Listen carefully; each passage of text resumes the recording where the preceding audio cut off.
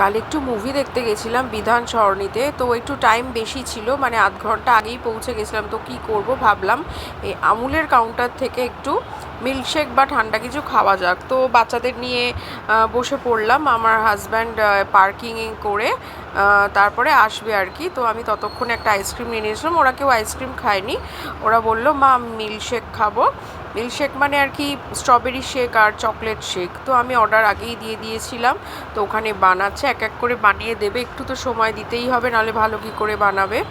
তো এই দেখো হয়ে গেছে, আমি নিয়ে নিলাম। এখানে এখানে ফার্স্টেই চকলেট শেকটা দিয়ে দিল, এর মধ্যে টপিং হিসেবে একটা ভ্যানিলা আইসক্রিম দিয়েও নিয়েছিলাম। ভালো লাগে খেতে, শেকের উপর দিয়ে যদি আইসক্রিম থাকে। খুব সুন্দর করেই বানিয়েছিল, বললো দারুণ খেতে হয়েছে, ঠান্ডা ঠান্ডা।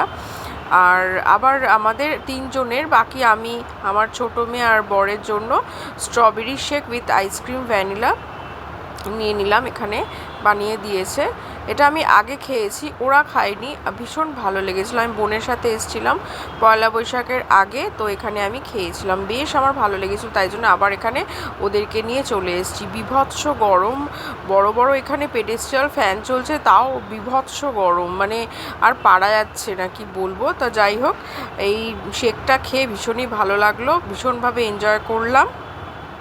আর সত্যিই ভালো বানিয়েছিল। স্ট্রবেরি সিরাপ, স্ট্রবেরি ক্রাশ, তারপরে আমুল গোল্ড মিল্ক দিল দেখলাম টেট্রা প্যাক।